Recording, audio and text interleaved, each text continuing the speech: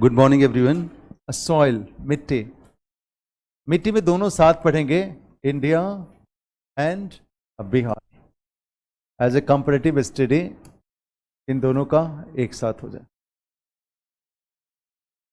अब देखिएगा, इसका जो पूरा कंसंट्रेशन एरिया होगा वो सिर्फ पीटी का होगा। अब मेंस की चीज़ों को यहाँ पे नहीं लाएंगे, जो एनालिसिस नहीं होगा, बट उसे सारे के सारी चीज़ समझ में आएगा। देखिएगा, मिट्टी के लिए इन चीज़ों को हम ध्यान में लाएंगे। स्ट्रक्चर ऐसे बना लीजिए, पीटी ओरिएंटेड फैक्टर्स, मिट्टी निर्माण के कारक, वर्गीकरण, क्लासिफिकेशन, मिट्टी का वर्गीकरण, classification of soil and the character. Conservation यहाँ नहीं पढ़ेंगे, बल्कि विशेषता पढ़ेंगे, कैरेक्टर पढ़ेंगे। ये तीनों चीज़ पढ़ेंगे बिहार के लिए और इंडिया के लिए दोनों। कैरेक्टर ऑफ सॉइल, इससे क्वेश्चन आते हैं कैरेक्टर से। और क्लासिफिकेशन हमें जानने के लिए ज़रूरी होता है कि कौन कौन सी मिट्टी है। तो तीन चीज़ों पे बिहार और इंडिया में फोकस करेंगे कि मिट्टी का निर्माण किन फैक्टरों के द्वारा होता है, वर्गीकरण और विशेषता। ध्यान दीजिएगा कि मिट्टी के निर्माण के लिए 5 कारक हैं। एक है जलवायु, दूसरा है जनक चट्टान, जनक चट्टान को हम पेरेंट रॉक कहते हैं। तीसरा वनस्पति है, चौथा ढाल है, और 5वां समय है, टाइम। इसको इंग्लिश कर दीजिएगा तो हो जाएगा climate, parent rock, vegetation, slope and time. हाँ, कई एनालिसिस क्वेश्चन आ सकते हैं, एक एक डिस्कशन पे इसको लाएंगे। लिखिएगा पहले, the factor for the origination of soil, मिट्टी की उत्पत्ति के कारक में जलवायु, जनक चट्टान, वनस्पति, ढाल और समय। एक कॉमन स्टेटमेंट लाइए जलवायु के लिए। पहला लिखिए जलवायु, लिखिए जलवायु मिट्टी के निर्माण का सबसे महत्वपूर्ण कारक है। लिखो climate is the most significant factor. हाँ, लिखिए climate is the most significant factor for the origination of soil. लिखिए दूसरा तो हमने लिखाया है जनक चट्टान या पेरेंट रॉक। हाँ, अब तीन दिशा में बोलो, बात खत्म हो जाएगा। मैं बोल ही रहा हूँ। द क्लाइमेट पहला हमने लिखा है। हाँ, अब क्लाइमेट को दूसरा जलवायु ट्रांसलेट करो। जनक चट्टान को पेरेंट रॉक कहते हैं, चूंकि उसका हर एक चट्टान का जो रॉक से जो सॉइल फॉर्मेशन होता है। तीसरा हमने वेजिटेशन लिखा है, हिंदी वनस्पति लिखा है।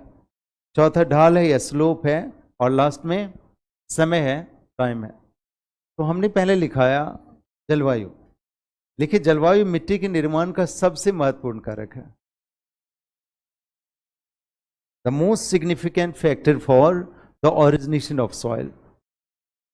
It is also named as the mirror of soil. जैसे मिट्टी का आईना कहते हैं, as the mirror of soil, माने जैसा जलवायु होगा वैसा मिट्टी होगा। मैं एक एग्जांपल देता हूँ, बहुत ज़्यादा ज़रूरत भी नहीं है, सिर्फ जिसको क्वेश्चन ओरिएंटेड हो। एक एग्जांपल है, अगर कोई एरिया है जहाँ हाई टेम्परेचर हो, हाई ह्यूमिडिटी हो और हाई रेनफॉल हो, वहाँ पे एक ही मिट्टी बनेगी, वो लेटेराइट मिट्टी बनेगी। देखो कितना पावरफुल चीज़ है। जैसे पूरे विश्व देखो तो इक्वेटर की मिट्टी क्या होगी, लेटेराइट होगी। क्यों होगी? वहाँ टेम्परेचर, रेनफॉल, ह्यूमिडिटी ज़्यादा होता है। भारत में देखो ऐसा एरिया जहाँ पे इतनी वर्षा होती हो, वेस्टर्न घाट सबसे ज़्यादा वर्षा होती है, मेघालय इतनी वर्षा होती है, वहाँ की मिट्टी क्या होगी, लेटेराइट होगी। इसको लिख लेगा एग्जाम्पल के तौर पे।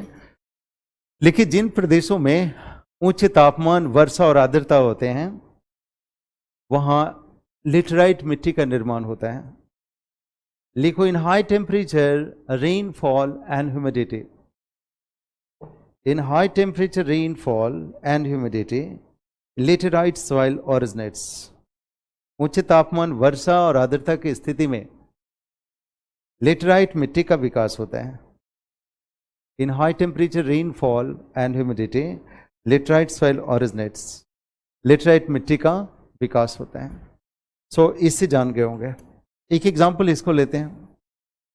लिखिए जनक चट्टान, पेरेंट रॉक। पेरेंट रॉक लिखिए मिट्टी के गुण चट्टान से प्राप्त होते हैं। लिखिए soil receives character. Soil receives character from rock. मिट्टी के गुण चट्टान से प्राप्त होते हैं। Soil receives character from rock. जिस प्रकार के चट्टान होते हैं, मिट्टी उसी प्रकार के होते हैं। लिखिए the types of rock decide the type of soil. The type of rocks decide the type of a soil. एक एग्जांपल लिख लीजिए, काफी होगा। लिखिए जैसे बेसाल्ट चट्टान से काली मिट्टी का निर्माण होता है। Like basalt rock is famous for, like basalt rock is famous for black soil, B for B। Basalt समझते हुए आग्नेय चट्टान होता है, उसके कारण काली मिट्टी बनती है। उसके बाद लिखिएगा वनस्पति, दैट इज वेजिटेशन। लिखिए वनस्पति से ह्यूमस की मात्रा प्राप्त होती है। Vegetation is known for a humus। वनस्पति से ह्यूमस की मात्रा प्राप्त होती है, is known for a humus। It is useful for fertility and color। इसका महत्व मिट्टी के रंग और उत्पादकता से होता है।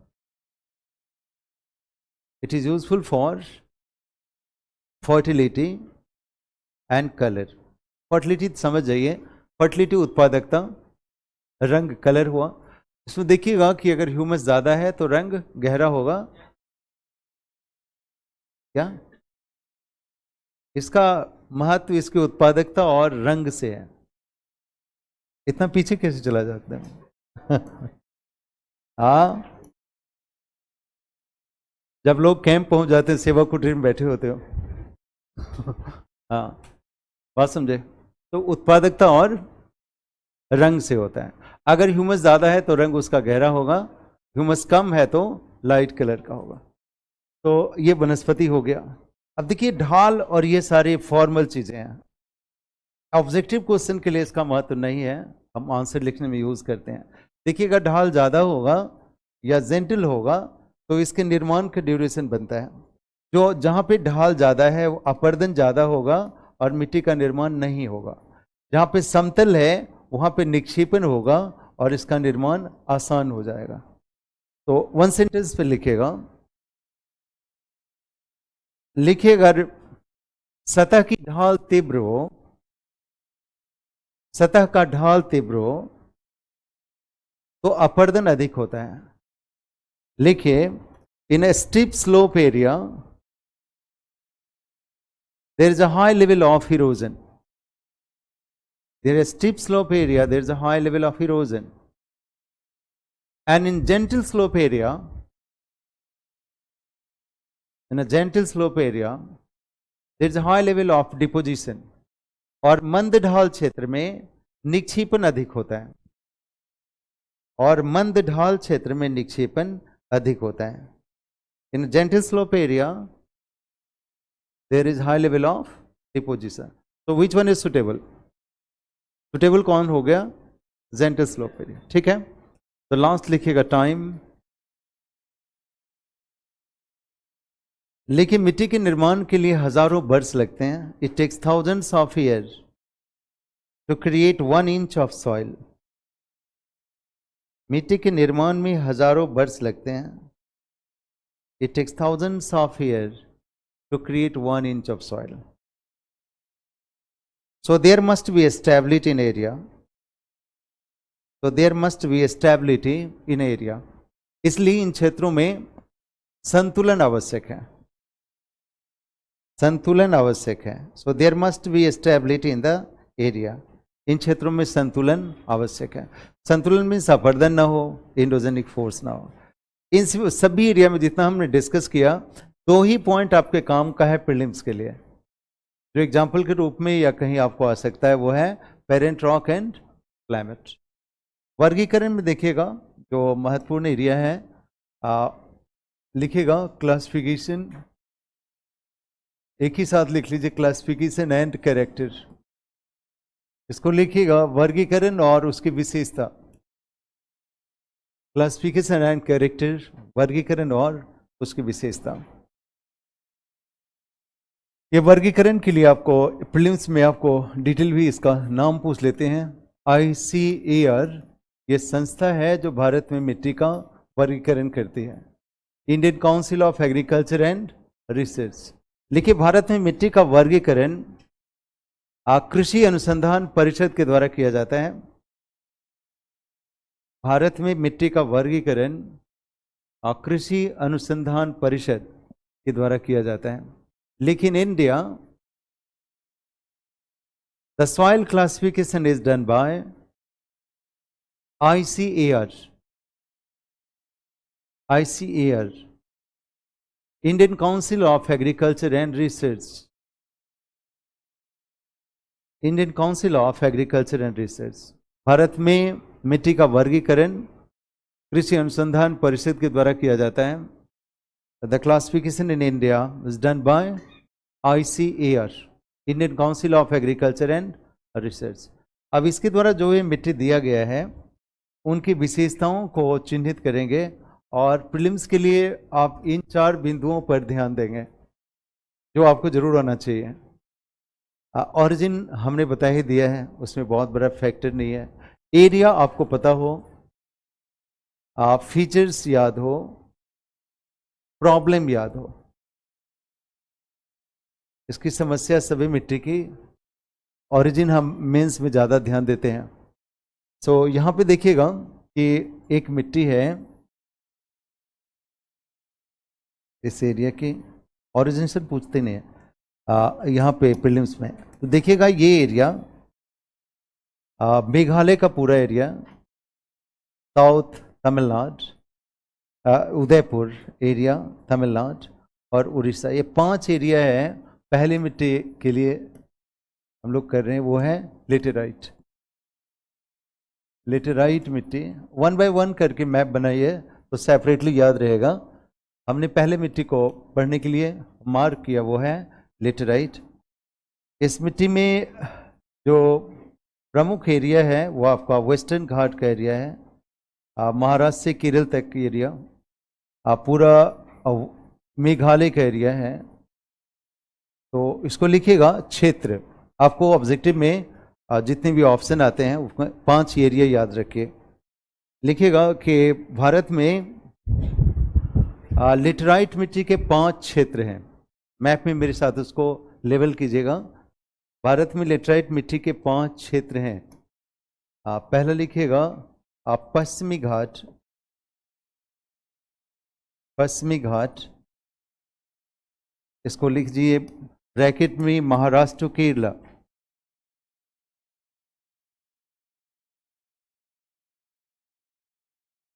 केरला देखिए, पश्चिमी घाट में महाराष्ट्र से केरल तक, in western ghat from Maharashtra to Kerala, Maharashtra से केरल तक पश्चिमी घाट में.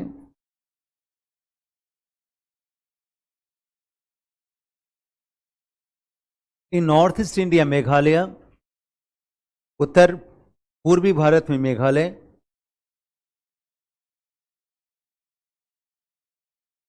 In north east India Meghalaya, उत्तर पूर्वी भारत में यहाँ पे मार्क कर दीजिए Meghalaya. In north east India Meghalaya.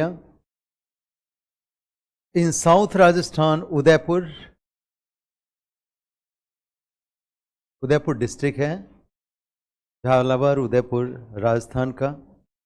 South Odisha, दक्षिण ओडिशा एंड साउथ तमिलनाडु।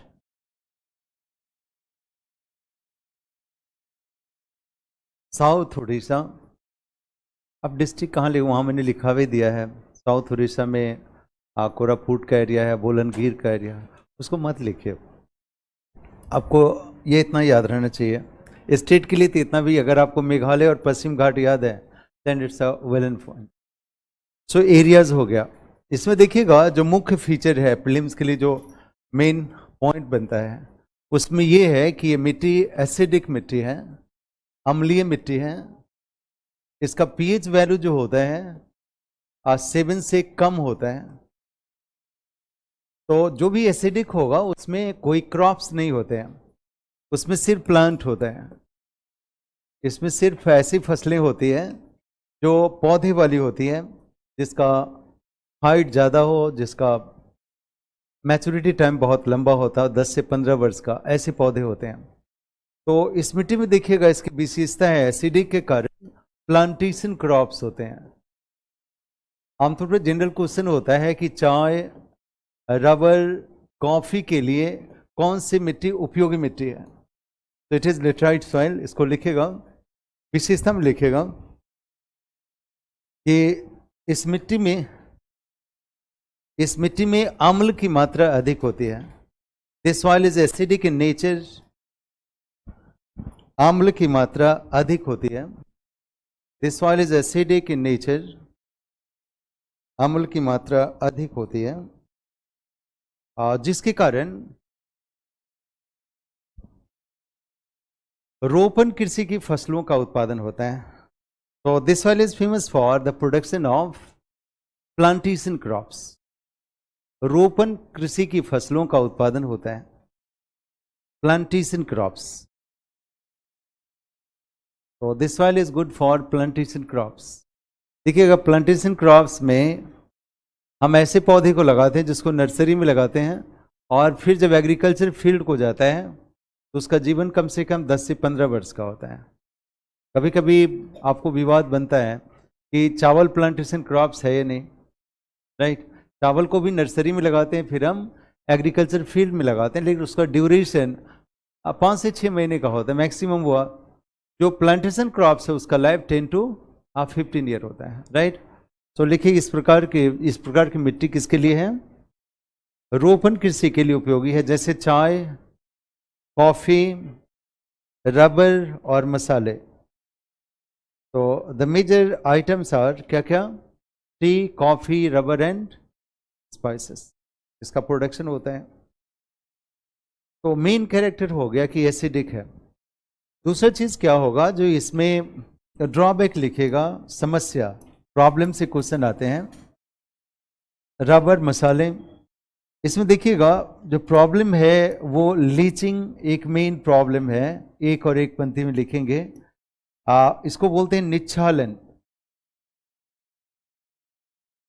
निच्छालन पर तक दिखाई दे रहा होगा, हमने एक वर्ड यूज किया लीचिंग, उसका हिंदी हो गया निच्छालन।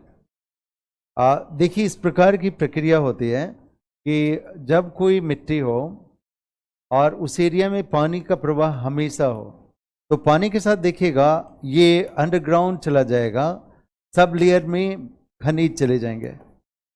मिनरल्स क्या होगा, टॉप लेयर से सब लेयर में चला जाएगा, और यहाँ पे मोटे मोटे नूडल्स रह जाएंगे, खनिजों के नूडल रह जाएंगे, और ये कम उपयोगी मिट्टी हो जाएगी। तो ऐसी स्थिति में देखिएगा इस प्रकार की मिट्टी जो है फर्टिलिटी को लूज करता है due to a drain of minerals, जिसको कहते हैं हम निच्छालन। तो लिखिएगा द प्रॉब्लम, लिखिए इस मिट्टी में निच्छालन की समस्या होती है। दिस वाल is known for a leaching problem, is known for a leaching problem. It is draining of minerals from top layer to sub layer. It is draining of minerals from top layer to sub layer. देखिए इसमें खनिज का प्रवाह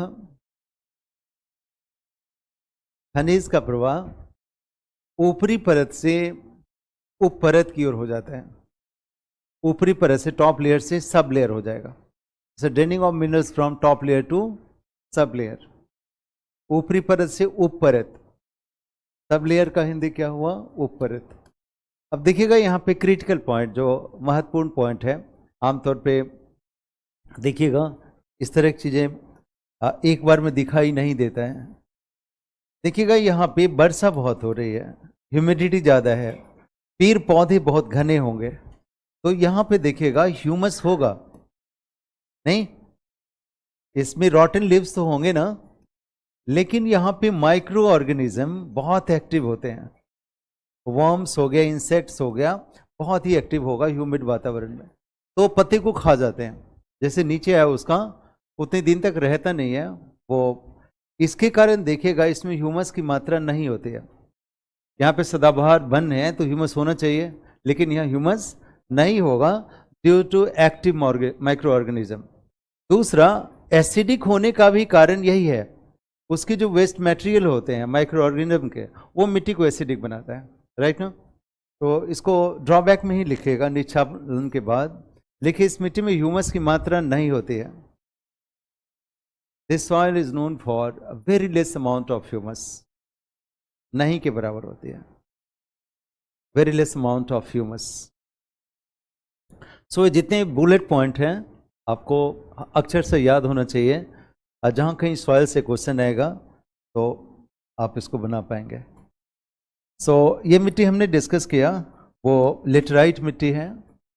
अब देखिएगा ये area है हमारा भारत का दूसरा एरिया, यहाँ पे देखिए कि गुजरात का एरिया है ऐसा, और ये पूरा एरिया तमिलनाडु तक जाता है, तेलंगाना, आंध्र प्रदेश, एमपी, छत्तीसगढ़, ये सभी एरिया को कवर करता है। इस बड़े एरिया में जो मिट्टी है वो है अब ब्लैक सॉइल, काली मिट्टी है, क्योंकि ये बहुत ही डिमार्केटेड एरिया में, इसलिए मैंने पहले पढ़ाया, तो ये मिट्टी को कहते हैं हम काली मिट्टी, ब्लैक सॉइल। तो हम लोग शुरू करेंगे एरिया से, क्योंकि फैक्टर्स में हमने उत्पत्ति देखा हुआ है, तो राइट एरियाज, क्षेत्र लिखिए। काली मिट्टी का सबसे बड़ा क्षेत्र महाराष्ट्र में है, the largest area is in Maharashtra. काली मिट्टी का सबसे बड़ा क्षेत्र महाराष्ट्र में है, the largest area is in Maharashtra. इसके अन्य राज्य हैं, the other states are MP, Chhattisgarh, Telangana, Tamil Nadu, MP, Chhattisgarh, Telangana, Maharashtra and south Gujarat, हमने तमिलनाडु को भी ऐड किया है, ध्यान दीजिएगा, आमतौर पे वहाँ तक स्ट्रेस नहीं करते हैं। क्या क्या हो गया, MP, Chhattisgarh, Telangana, Maharashtra and south Gujarat, Tamil Nadu, ठीक है। तो ये एरिया हो गया, उत्पत्ति आप जानते ही हैं। यहाँ पे देखिएगा कि इस मिट्टी के कैरेक्टर पे आते हैं। कैरेक्टर में देखिएगा कि यहाँ पे आयरन है, Fe है और Mg है, मैग्नीशियम है। ये दो एलिमेंट्स यहाँ प्रचुर मात्रा में मिलता है, जिसके कारण इसका रंग काला होता है। ये पहला कैरेक्टर इसको लिखेगा। लिखिए, इस मिट्टी में लोहा और मैग्नीशियम की मात्रा अधिक होती है। This one is known for rich amount of iron and magnesium. इस मिट्टी में लोहा और मैग्नीशियम की मात्रा अधिक होती है, आयरन एंड मैग्नीशियम, जिसके कारण इस मिट्टी का रंग काला है। That is why the colour of this soil is black. इन दोनों तत्वों के कारण इसका रंग काला है। ये तो इसके काले होने का एक फैक्टर हुआ।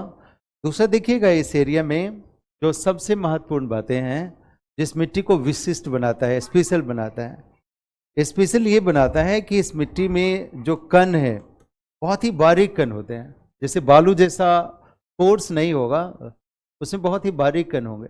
जितने बारीक कण होंगे उतना आर्द्रता ग्रहण करने की क्षमता होगी, उतना मॉइस्चर गेन करने की एबिलिटी होगी। जितना मॉइस्चर गेन करेगा उतना उपयोगी होगा, बहुत दिन तक उसका उपयोग होगा। तो देखिएगा जब कॉटन का प्रोडक्शन होता है तो दोनों ही, पंजाब में भी हमने कल मेंस क्लास में पढ़ाया, देखिएगा यहाँ पे कॉटन के लिए सरफेस मॉइस्चर चाहिए और एटमॉस्फेयर में मॉइस्चर बिल्कुल ना चाहिए, ड्राई होना चाहिए। तो वहाँ पे कॉटन का प्रोडक्शन, सनशाइन चाहिए, क्लियर मॉइस्चर नहीं होना चाहिए। वर्षा के दिनों में देखिएगा जो अर्ली वर्षा हो तो कॉटन नहीं होता है। तो ये होना, मॉइस्चर जो है ये एटमॉस्फेयर में ना हो, सरफेस में हो। और ये मिट्टी बहुत दिन तक मॉइस्चर को रखता है, इसलिए इसको कॉटन सॉइल कहते हैं। मुख्य रूप से इसमें कपास का उत्पादन होता है और एरियाज में मूंगफली का भी प्रोडक्शन होता है। तो देखिए इसको लिखेगा कैरेक्टर में, सबसे पहला चीज लिखा है हमने आयरन एंड मैग्नीशियम। सेकेंड लिखेगा इस मिट्टी में आर्द्रता ग्रहण करने की क्षमता अधिक होती है। This soil can retain moisture for very long time. Can retain moisture for very long time.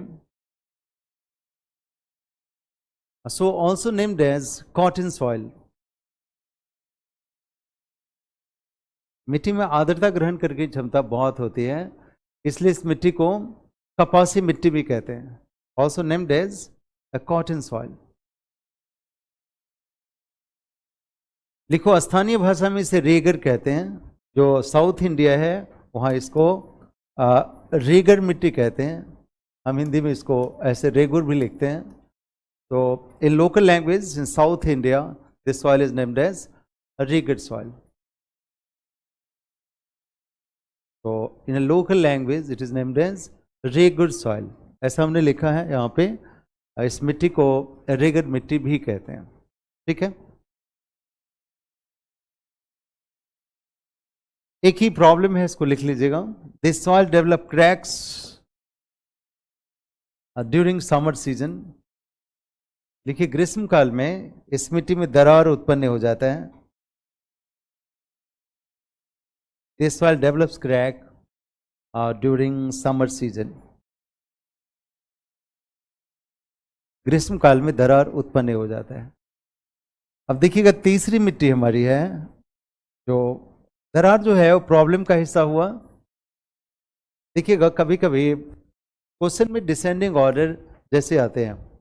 एक हम लोग पढ़ते हैं कोड के रूप में अर्बल, अरेबल कह सकते हो, तो उसका ऐसा फॉर्म बनता है E for alluvial, B for R for red, B for black and C for L for laterite। तो ये चार मिट्टी डिसेंडिंग ऑर्डर में इंडिया में है। सबसे ज़्यादा एलुवियल सॉइल है, फिर रेड सॉइल है, देन ब्लैक है, देन लेटराइट सॉइल है। ठीक है, तो ये चार मिट्टियों का डिसेंडिंग ऑर्डर में क्रम है। इसको आप फैक्ट्स के रूप में लिख लीजिएगा, कहीं पे किट कैट इन्फॉर्मेशन के रूप में ऐसा लिखे कि ऐसा कहीं साइड में लिख जाइए। देखिए, भारत में चार प्रमुख मिट्टी घटते हुए क्रम में इस प्रकार में है। घटते हुए क्रम में इस प्रकार है। The four major soil of India in descending order,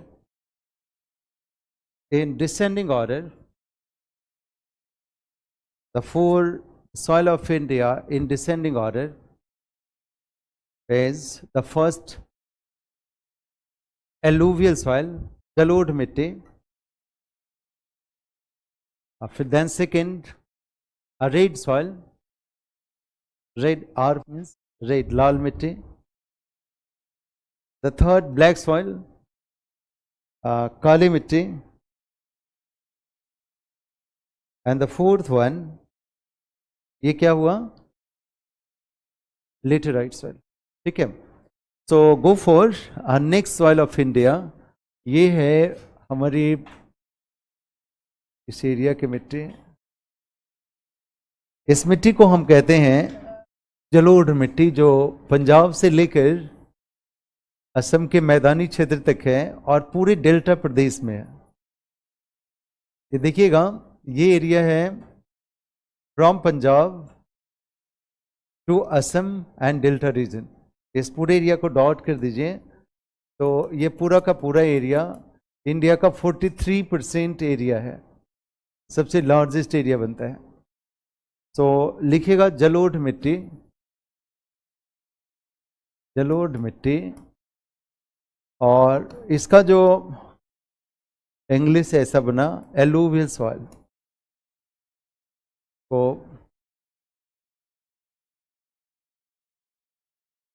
alluvial soil लिखिएगा। यह भारत के 45% भूभाग में मिलने वाली मिट्टी है।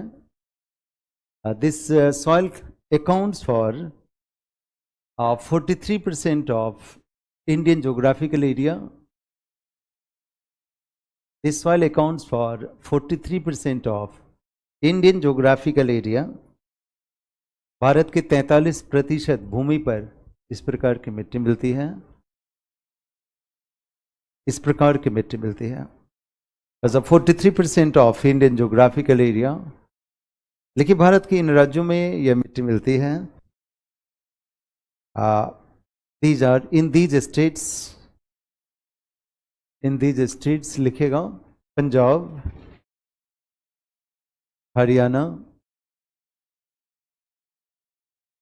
दिल्ली, पंजाब, हरियाणा मिट्टी मिलती है। अच्छा तुम स्लो लिखते हो।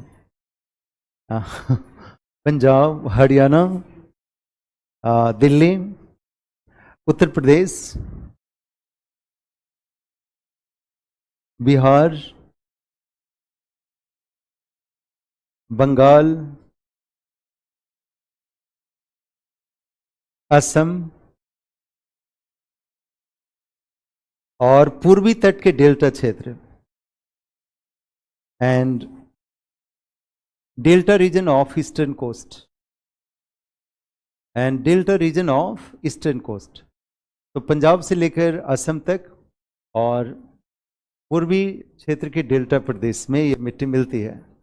अब देखिएगा इसकी विशेषता जो इसको बहुत स्पेशल बनाती है, और ये विशेषता जो है मैदान को बेहतर बनाती है, वो है लाइम कंटेंट। इसमें चूना का अंश होता है। जैसे हिमालय है तो हिमालय से जितनी नदियां आती है इस एरिया में चूना का निक्षेप करती है, और चूना के कारण यह मिट्टी बेसिक हो जाता है, क्षारीय हो जाता है। फिर इसमें प्लांटेशन न होकर फसलें उगाई जाती है, क्रॉप्स के लिए सबसे सुटेबल मिट्टी बनता है। तो जितने फाइन क्रॉप्स होते हैं, अच्छे क्वालिटी क्रॉप्स होते हैं, यहाँ उगाए जाते हैं। चावल, गेहूं, मक्का जितने भी हैं सबका प्रोडक्शन अच्छी क्वालिटी क्रॉप्स का बेसिक नेचर कारण होता है। तो फर्स्ट कैरेक्टर लिखेगा। इस मिट्टी में चूने का अंश होता है। This area is known for lime deposits. This soil is known for lime deposits. इस मिट्टी में चूने का अंश होता है। तो this soil is basic soil in nature. This soil is basic soil in nature. यह मिट्टी क्षारीय मिट्टी है।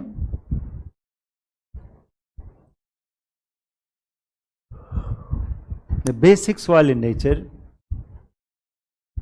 So this soil is good for a quality food grains.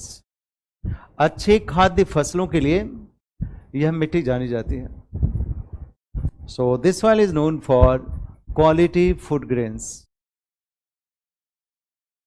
अच्छी गुणवत्ता के अनाज फसलों के लिए जानी जाती है। So quality food grains. विशेषता में और भी हैं जो आप बिहार के लिए भी पढ़ते हैं। यहाँ पे दो प्रकार की जलोढ़ हैं, एक को खादर कहते हैं, एक को बांगर कहते हैं। तो ये कैरेक्टर में है, इसको एक पंक्ति में लिख जाइए। देखिए, there are two forms of alluvial deposits. There are two forms of alluvial deposit. देखिए, इस क्षेत्र में दो प्रकार के जलोढ़ निक्षेप मिलते हैं। There are two forms of alluvial deposits. इस क्षेत्र में दो प्रकार के जलोढ़ और निक्षेप मिलते हैं। The old one is bangar, पुराने जलोढ़ को बांगर कहते हैं, and the new deposit is khadar, और नए निक्षेप को खादर कहते हैं। तो old deposit bangar, new deposit khadar. इस एरिया का एक प्रॉब्लम लिखिएगा, सिंगल प्रॉब्लम। सिंगल प्रॉब्लम ये है कि यहाँ पे ये तीनों खनिज कम होते हैं, नाइट्रोजन, पोटास, फॉस्फेट और पोटास। ये फॉस्फेट है, पोटास। इसको हम एग्रीकल्चर में इसको सप्लीमेंट के रूप में ऐसे यूज करते हैं, 4:2:1। तो इसकी प्रॉब्लम लिखिएगा, सबका प्रॉब्लम एरिया है।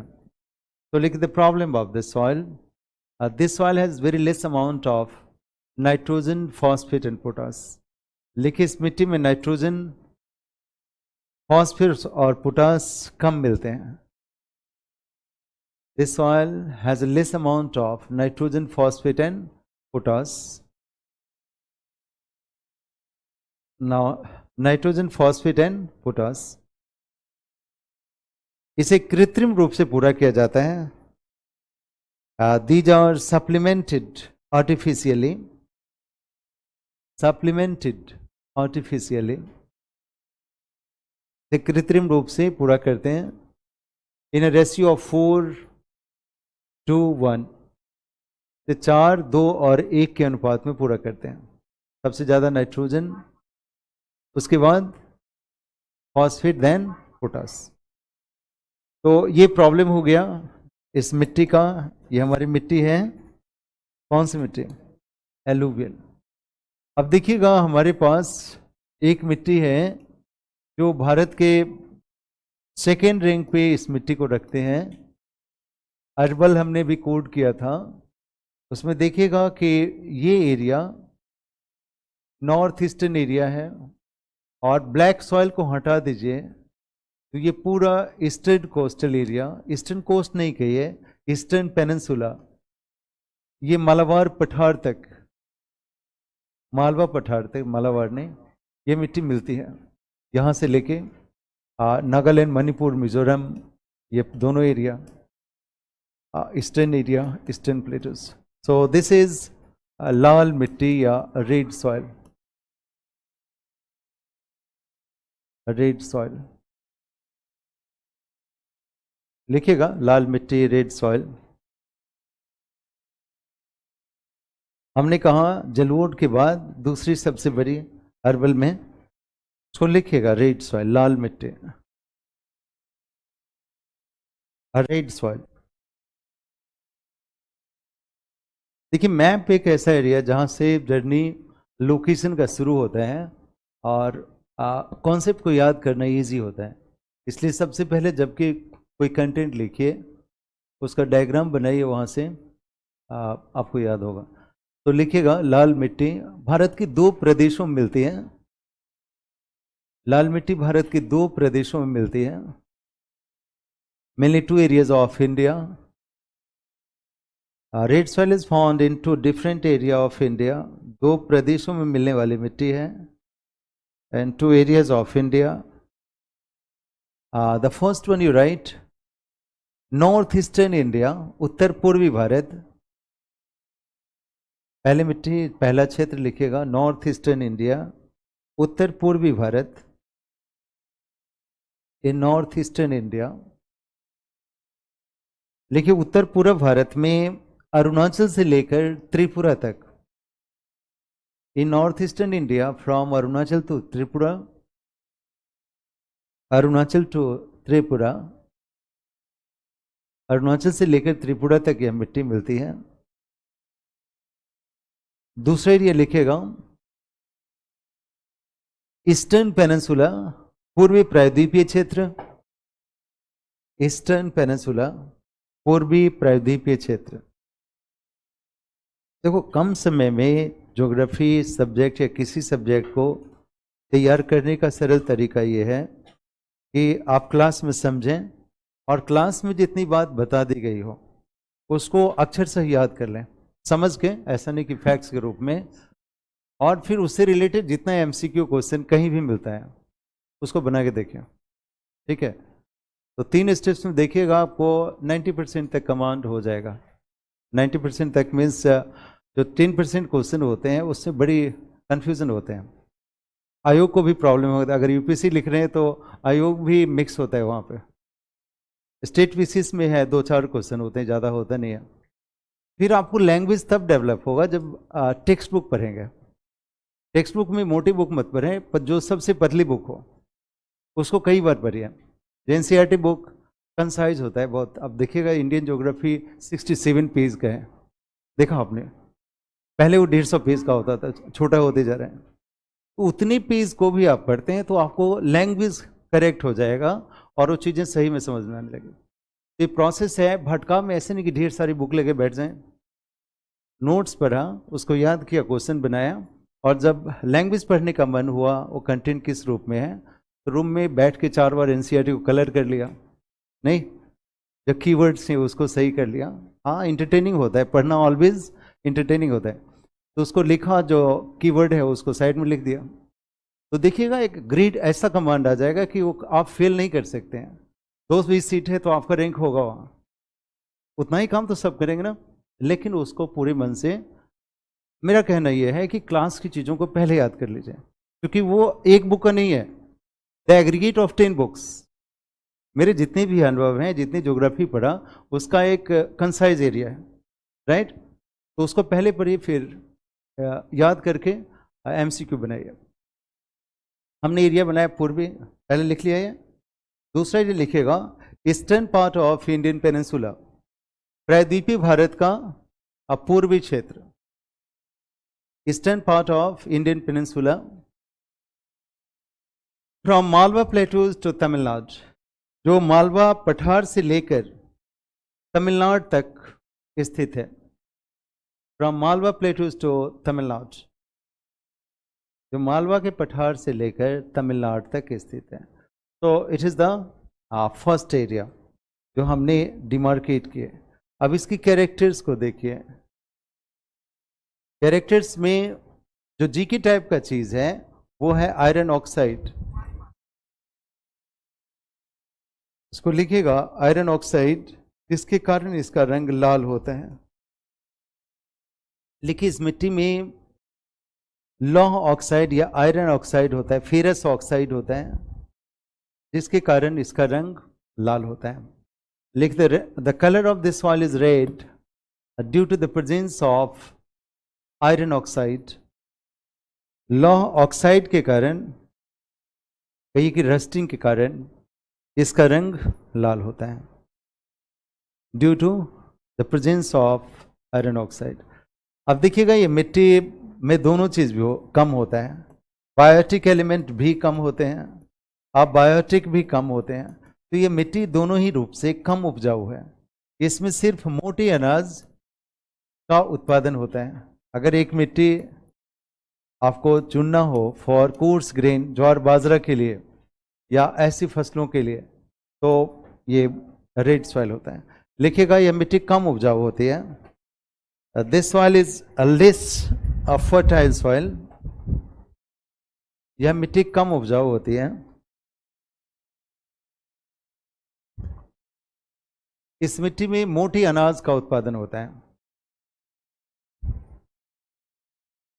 Mainly for the production of millets. ज्वार बाजरा का उत्पादन होता है, मोटे अनाज का उत्पादन होता है। और इस मिट्टी की जो मुख्य समस्या है वो है गली इरोजन। गली इरोजन हिंदी में लिखते हैं खड अपर्दन। इसका प्रॉब्लम है, विशेषता हमने उत्पादन बता दिया। तो राइट, प्रॉब्लम जैसे चंबल का बीहड़ सुनते होंगे, ये सारा एरिया खड का एरिया है। तो लिखे, द मेन प्रॉब्लम इज गल इरोजन। इस मिट्टी की मुख्य समस्या खड अपर्दन की समस्या है।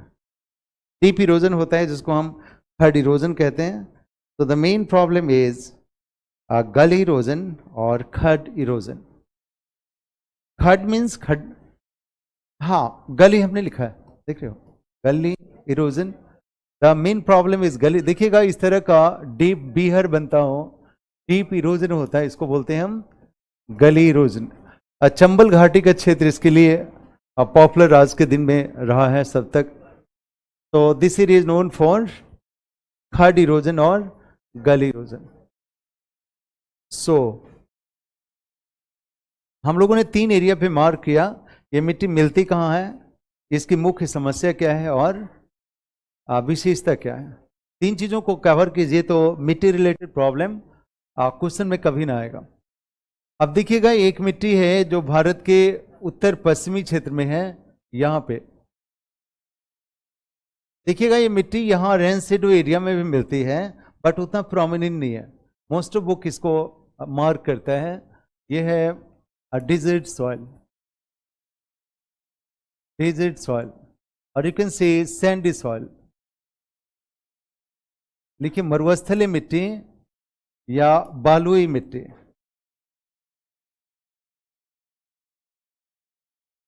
तो we have the area of Thar desert. तो लिखिएगा भारत की चौथी प्रमुख मिट्टी वो है 5वीं, हाँ लिखिएगा मरुस्थलीय मिट्टी या सैंडी सॉइल जिसको बोलते हैं हम, बालुई मिट्टी। देखिए भारत के 2 प्रदेशों में इस प्रकार की मिट्टी मिलती है। This soil found in 2 different areas of India, in 2 different areas of India. Bharat के 2 प्रदेशों में यह मिट्टी मिलती है, in 2 different areas of India. The first one you write Thar desert, Thar मरुस्थल। थार मरुस्थल हमने भौतिक स्वरूप में भी पढ़ाया है और उसमें 4 राज्यों को क्रमिक रूप से घटते हुए क्रम में लिखाया है, याद है। तो सबसे बड़ा इस एरिया किसमें हुआ, राजस्थान, फिर गुजरात, हरियाणा, पंजाब, राइट ना। लेकिन 4 राज्यों में यह मिट्टी मिलती है। सबसे पहले राजस्थान, गुजरात, राजस्थान, गुजरात, हरियाणा, पंजाब, हरियाणा, पंजाब, और दक्षिण भारत के वृष्टि छाया प्रदेश में यह मिट्टी मिलती है। And in south India, in south India, south India, in rain shadow area, दक्षिण भारत के वृष्टि छाया प्रदेश में यह मिट्टी मिलती है। इन साउथ इंडिया, आप दोनों लैंग्वेज में लिखते हो, तो ऑन इन 2 डिफरेंट एरियाज, ये एरियाज हो गया। अब देखिएगा इस मिट्टी में कुछ अच्छी भी बातें हैं, इसमें अबायोटिक एलिमेंट होता है, बायोटिक नहीं होता है। देखिए रेड सॉइल से थोड़ा सा डिफरेंस है, इसमें जैविक तत्व नहीं होंगे, क्या होंगे, अजैविक तत्व होंगे, जिसके कारण यह मिट्टी उपयोगी मिट्टी है। मरुस्थल के बारे में समझते हैं कि मिट्टी बेकार सी मिट्टी है, अनयूजफुल है। यहाँ पे जहाँ पे सिंचाई की सुविधा है वहाँ पे मिट्टी मोर यूजफुल है और उपजाऊ मिट्टी है। विशेषता लिखेगा, लिखेगा इस मिट्टी में अजैविक तत्व मिलते हैं, जैविक तत्वों की कमी होती है। This soil has less amount of a biotic element. This soil has a less amount of biotic element, has good amount of abiotic element. इसमें अजैविक तत्व ज्यादा होते हैं, जैविक तत्वों की कमी होती है। लेकिन in irrigated area it is useful soil, जहाँ सिंचाई की सुविधा है वहाँ यह मिट्टी उपयोगी मिट्टी है। In irrigated area, in irrigated area This soil is useful soil. सिंचित क्षेत्रों में यह उपयोगी मिट्टी है. In irrigated area, this is a useful soil. तो प्रॉब्लम क्या है? प्रॉब्लम इसमें लिखेगा the salinity is a main problem. Salinity, लवणता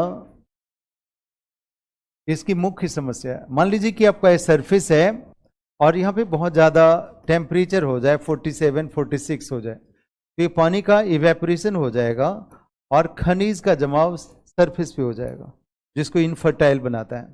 तो लिखिएगा लवणता इस मिट्टी की मुख्य समस्या है. Salinity is the main problem of this soil. लवणता इस मिट्टी की मुख्य समस्या है, is the main problem of this soil. अब यहां पे भारत की आखिरी मिट्टी सबसे अंतिम रूप से देखिएगा, ये पर्वतीय क्षेत्र है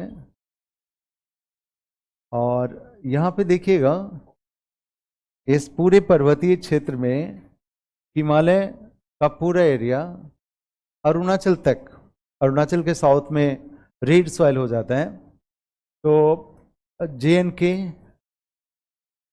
हिमाचल, उत्तराखंड, सिक्किम, अरुणाचल, तो ये देखिएगा कि ये 5 एरिया है जहाँ पे ये मिट्टी मिलती है, पर्वतीय मिट्टी. सो लिखिएगा माउंटेन सॉइल, माउंटेन, पर्वतीय मिट्टी, माउंटेन सॉइल और पर्वतीय मिट्टी. पर्वतीय मिट्टी या माउंटेन सॉइल सिक्किम में भी है. माउंटेन सॉइल, पर्वतीय मिट्टी. लिखिए भारत के पर्वतीय राज्यों में इस प्रकार की मिट्टी मिलती है. The mountain kingdom of India, the mountain kingdom of India is known for this type of soil.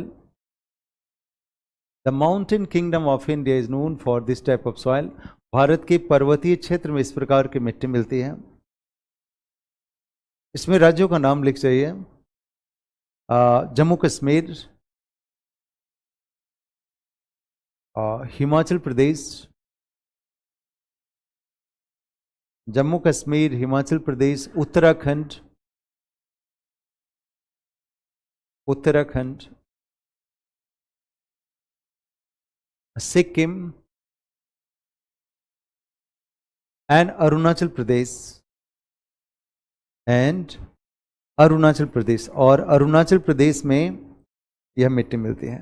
तो अरुणाचल में जो ईस्टर्न अरुणाचल है वहाँ लाल मिट्टी मिलती है, बाकी जितने एरिया वहाँ पे पर्वतीय मिट्टी मिलती है. अब इस मिट्टी की जो विशेषता है उसमें सबसे पहली चीज़ है कि जैसी लेटराइट मिट्टी है वैसे ये भी एसिडिक होती है, अम्लीय होती है. जब अम्लीय होगा तो अगेन क्रॉप्स नहीं होगा, बहुत ज़्यादा नहीं होगा, जो हिल एरियाज में प्लांट्स होंगे. तो देखो नॉर्थ ईस्ट के एरिया में और इस एरिया में फ़र्क ये है कि टेम्परेट एरिया है, वो एरिया ट्रॉपिकल एरिया है. तो यहाँ पे टी प्लांटेशन के सिवा यहाँ पे फ्रूट्स कल्चर है. पौधे तो लगते हैं लेकिन वो फलों के लिए होते हैं. जैसे अखरोट का है, एप्पल का है, प्रोडक्शन जो है इस माउंटेन किंगडम मिलेगा जहाँ लंबे पौधे होते हैं. इस तरह के प्रोडक्शन एरिया होता है. जहाँ पे बहुत ज़्यादा वर्षा होती है पर्वतीय क्षेत्र में, वहाँ पे चाय का भी प्रोडक्शन होता है. देखिएगा यहाँ हिमाचल का पालमपुर है, पालमपुर टी प्रोडक्शन होता है. बाकी जितने एरिया है वहाँ पे फ्रूट्स कल्चर है. विशेषता में लिखिएगा, लिखिए यह मिट्टी अम्लीय मिट्टी है. This is acidic soil. This soil is acidic in nature, so good for fruits cultivation. यह मिट्टी अम्लीय मिट्टी है जिसके कारण फलों का उत्पादन होता है. Good for fruits cultivation and also T production. और चाय का उत्पादन होता है।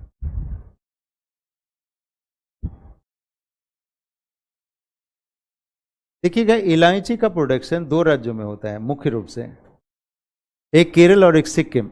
नहीं, सिक्किम की जो इलायची है वो भारत में पॉपुलर इलायची में से है। तो सिक्किम देखिएगा माउंटेन सॉइल है, फिर भी वहाँ पे स्पाइसेस का प्रोडक्शन हो रहा है। ओके, तो प्रॉब्लम फिर क्या हो गया? इस मिट्टी की जो प्रॉब्लम होगा, ये पर्वतीय क्षेत्र है तो स्लोप है और वर्षा है इसके साथ, तो ये स्लाइड होता है। यहाँ पे लैंड स्लाइड और सॉइल इरोजन इसकी मुख्य समस्या है। देखिएगा, the main problem of this soil is land slide and soil erosion. इस मिट्टी में भूस्खलन होता है और मिट्टी अपरदन होता है। This soil is known for land slide and soil erosion. मिट्टी अपरदन और क्या होता है? भूस्खलन होता है। तो इस प्रकार देखिए एक अप्रोच रखिए, पीटी ओरिएंटेड अप्रोच, जिसमें बुलेट पॉइंट याद हो कॉन्सेप्ट के साथ, तो उसका अक्षर से याद कर जाइए। देखिएगा, जब ये नोट्स याद हो जाए तो फिर कोई बुक पढ़िए लगेगा कि आपने लिखा हुआ है, सारी चीज़ें सारे पॉइंट्स मिल जाएंगे। या फिर कहीं क्वेश्चन सॉल्व कीजिएगा तो लगेगा कि इन सारे पॉइंट से जुड़ा हुआ क्वेश्चन है। इस फाइल को हम बिहार ले चलते हैं। बिहार से, बिहार में मिट्टी के वितरण को पढ़ते हैं।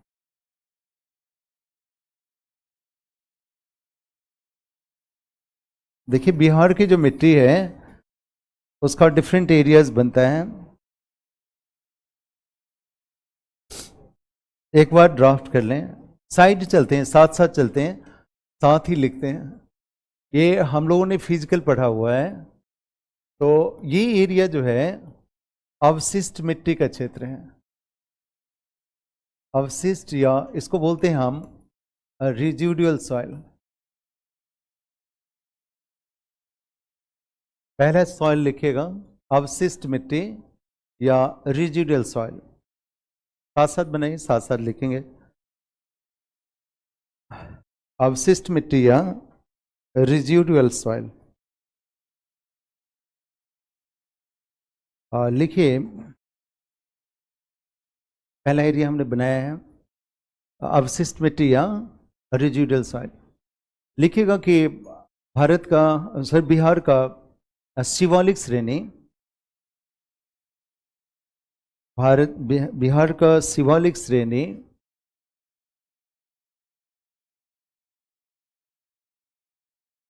अपर्दन का क्षेत्र है। Is the area of erosion, is the area of erosion and also the deposition of large boulders। और इस क्षेत्र में बड़े चट्टानों का निक्षेप मिलता है। is the area of large boulders, बड़ी चट्टानों का निक्षेप मिलता है। ऐसी मिट्टी को अवशिष्ट मिट्टी कहते हैं। It is named as residual soil. जो बोल्डर्स और पेबल्स का निक्षेप है उसको बोलते हैं हम रिजिड्यूअल सॉइल, अवशिष्ट मिट्टी। लिखिए, यह कम उपजाऊ मिट्टी होती है। लिखिए, यह कम उपजाऊ मिट्टी होती है। अवशिष्ट मिट्टी कम उपजाऊ मिट्टी होती है। दूसरा लिखिएगा, जो सेकेंड एरिया है यहाँ से चंपारण से लेके किशनगंज तक, इस एरिया को मार्क कीजिए और इसको लिखिए तराई मिट्टी। ये एरिया तराई मिट्टी। लिखिए, और सेकेंड पॉइंट करके लिखिएगा। लिखिए, किशनगंज से, सॉरी, पश्चिमी चंपारण से लेकर किशनगंज तक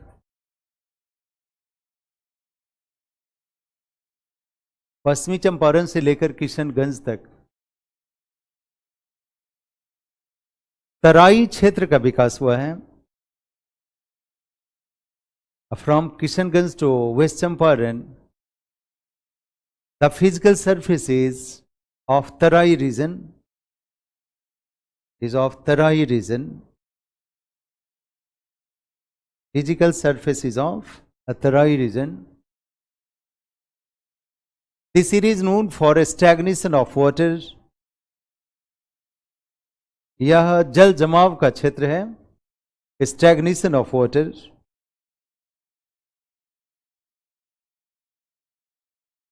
Stagnation of water. This soil is also known for nitrogen deposits. इस क्षेत्र में नाइट्रोजन के निक्षेप मिलते हैं. देखिए भारत की सभी मिट्टी में नाइट्रोजन कम ही है. ये एरिया है जहां पे नाइट्रोजन मिलता है, राइट. मैदानी क्षेत्र में this area is known for nitrogen deposits. तो गुड फॉर वेट क्रॉप्स, जिसके कारण यह आर्द्र फसलों के लिए जानी जाती है.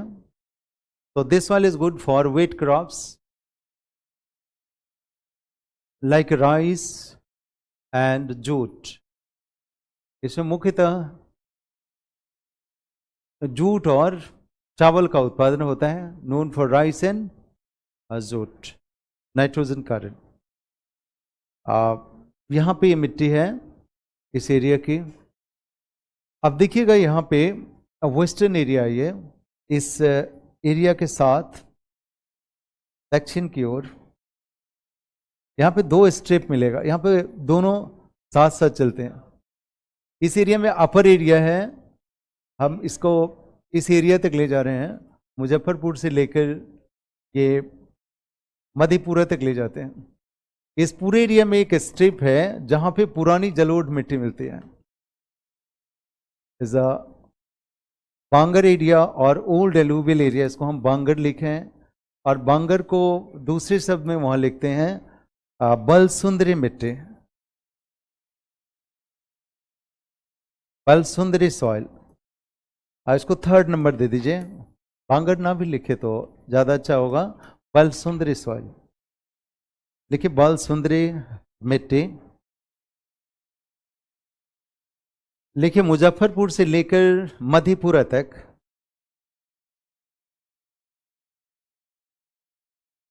From Muzaffarpur to Madhepura, Muzaffarpur to Madhepura, Muzaffarpur से लेके मधेपुरा तक बलसुंदरी मिट्टी का विकास हुआ है. From Muzaffarpur to Madhepura the soil is balsundari soil, balsundari soil. In actual terms it is old alluvial soil. लेकिन वास्तविक अर्थ में यह पुरानी जलोढ़ मिट्टी है. In actual sense it is old alluvial soil. पुरानी जलोढ़ मिट्टी है. इस मिट्टी में तंबाकू और फलों का उत्पादन होता है. This soil is mainly known for tobacco production and also a fruits bearing plant. Tobacco as a cash crops and fruits bearing plant. फलों का उत्पादन होता है. फल मीन्स आम, लीची जैसी फसलें उगाई जाती है. और क्रॉप्स में जो पॉपुलर क्रॉप्स हो गया वो क्या हो गया? बेगूसराय के आसपास देखिएगा जो मक्का का उत्पादन होता है. स्टोर हाउस ऑफ मक्का कहते हैं बेगूसराय को. यहाँ पे देखिएगा कि नीचे आने पे 2 एरिया बनता है. ये गंगा का तटवर्ती क्षेत्र और उसके बाद ये एरिया जो पूरा लार्ज एरिया है इसको हम खादर कहते हैं. खादर, ये पिंक वाला को छोड़ दीजिएगा, इसको लिखिएगा खादर मिट्टी. लिखिएगा गंगा के तटवर्ती क्षेत्र में नवीन जलोढ़ मिट्टी मिलती है. In a coastal region of Ganga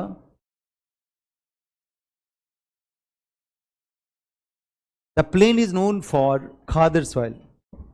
Ganga के तटवर्ती क्षेत्र में नवीन जलोढ़ मिट्टी को खादर कहते हैं।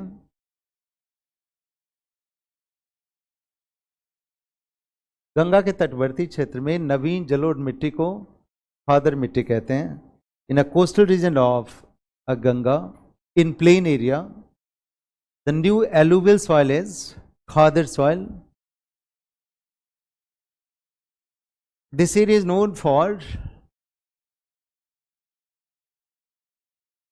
Known for quality food grains. अच्छे अनाज उत्पादन के लिए जाना जाता है। एक मिट्टी सुनते होंगे, केवाल मिट्टी, नहीं आपके लोकल लैंग्वेज में आता है केवाल मिट्टी, उसको दोमट मिट्टी कहते हैं। बालू और क्ले दोनों का डिपॉजिट क्या हो गया? केवाल मिट्टी। उपयोगी मिट्टी मानी जाती है। क्लोज टू गंगा लिखेगा, मैं लिख दीजिएगा, इसी के साथ लिखेगा जहां हमने खादर लिखा है केवाल मिट्टी। लिखिए केवाल मिट्टी उपयोगी मिट्टी होती है। केवाल is useful soil, is a useful soil जिसमें बालू और मड कीचड़ का निक्षेप होता है। Is a mix of mud and sand. You can say clay and sand also. नहीं, clay and sand. चीका, क्ले को हिंदी में चीका कहते हैं, right? Clay and sand. So ये उपयोगी मिट्टी होती है। आमतौर पर देखिएगा जो वेजिटेबल कल्चर है उस एरिया में मिलता है। सो इसके बाद लिखिएगा जो लास्ट एरिया है नॉर्दर्न एरिया का, इसको कगारी मिट्टी कहते हैं। उसमें देखिएगा वेजिटेबल प्रोडक्शन, हमने भी तो कहा वेजिटेबल प्रोडक्शन, वेजिटेबल कल्चर इस एरिया में मिलता है और रबी फसलें यहाँ उगाई जाती हैं। क्योंकि क्लोज टू गंगा है तो खरीफ से ज़्यादा रबी फसलें होती हैं। इसको लिखिएगा कगारी मिट्टी। कगारी मिट्टी, स्कार्प सॉइल, कगारी मिट्टी लिखिएगा, कगारी मिट्टी या स्कार्प सॉइल। लिखिए गंगा के तटवर्ती क्षेत्र में अपरदन के कारण, गंगा के तटवर्ती क्षेत्र में अपरदन के कारण, तटवर्ती क्षेत्र में अपरदन के कारण इस प्रकार की मिट्टी का विकास मिलता है। लेकिन the coastal region of Ganga और the near the bank of Ganga, near the bank of Ganga, due to large scale erosion,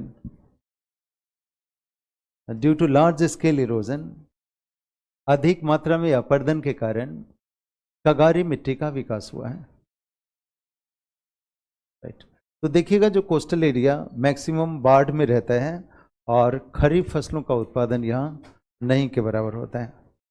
उसमें देखिएगा जो कगारी मिट्टी का एक और भी एग्जाम्पल एरिया बनता है। हमने फिजिकल सरफेस में टाल पढ़ाया था, याद है?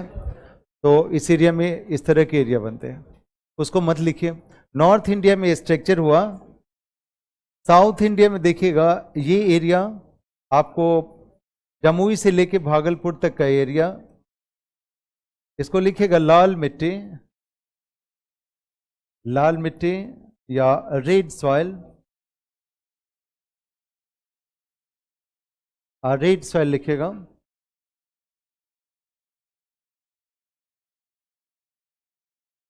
रेड सॉइल, लाल मिट्टी लिखिए।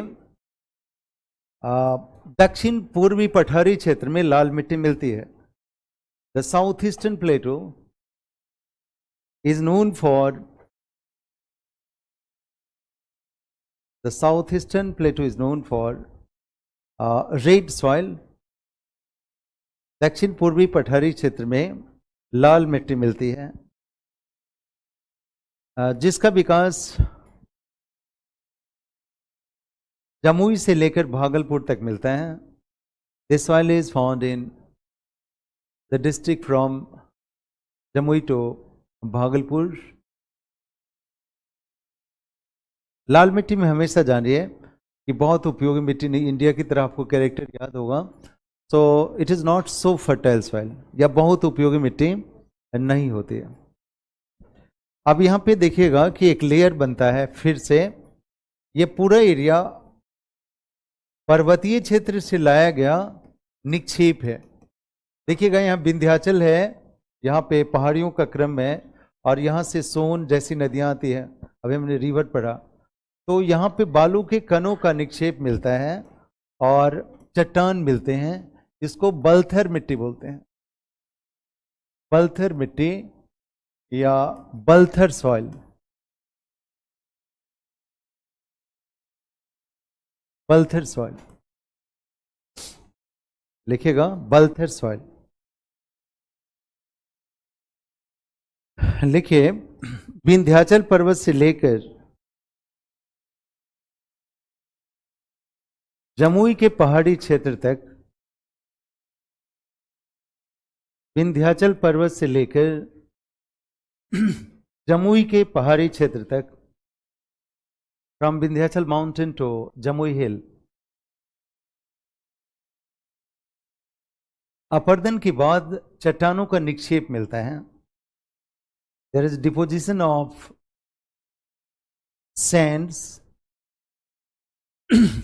And rock particles. बालू और चट्टानों का निक्षेप मिलता है। कहां से कहां तक?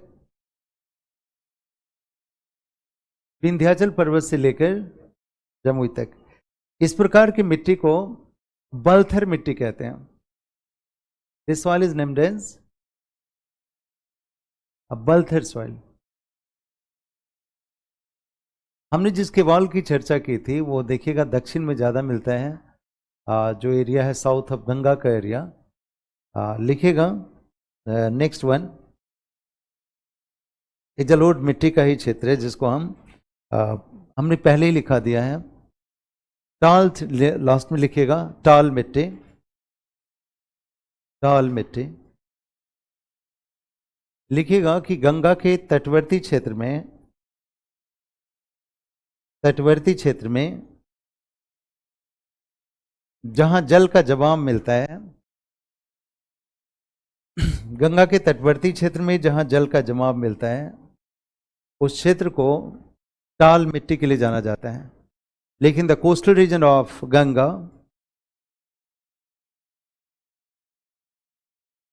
where there is a stagnation of water, where there is a stagnation of water, we find tall mitti, tall soil.